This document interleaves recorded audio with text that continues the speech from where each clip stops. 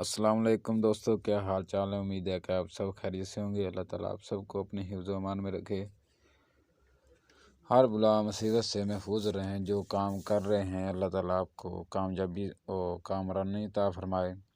آج دوست احباب کے لیے میں ایک نیا فارمولہ لے کر آیا ہوں، کشتہ شنگرف کا۔ کشتہ شنگرف کس طرح بنایا جاتا ہے، اور یہ اکسیر ہے۔ کشتہ شنگرف بھی ہے اور اکسیر بھی۔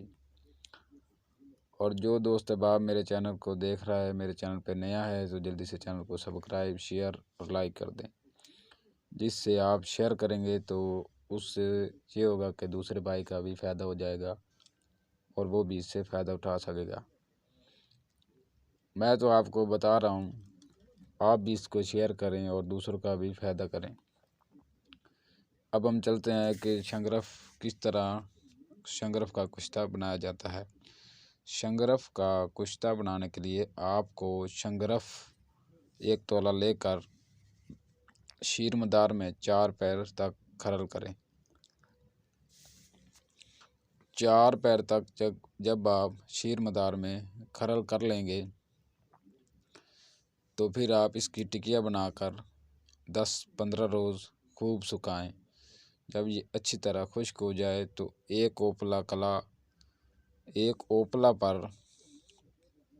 5 تولہ راکھ پیپل کا درخت ہوتا ہے نا، اس کی 5 تولہ راکھ پیپل نیچے رکھنی ہے اور 5 تولہ راکھ آپ نے اوپر رکھنی ہے، اور ارد گرد چند چھوٹے چھوٹے اوپلے لگا کر آگ دیں۔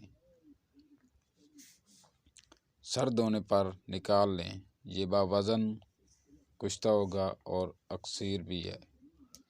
اس سے جو دوست کام لینا چاہے یا اس چیز کی ضرورت ہو تو وہ اس طرح سے کشتہ شنگرف بنا سکتا ہے۔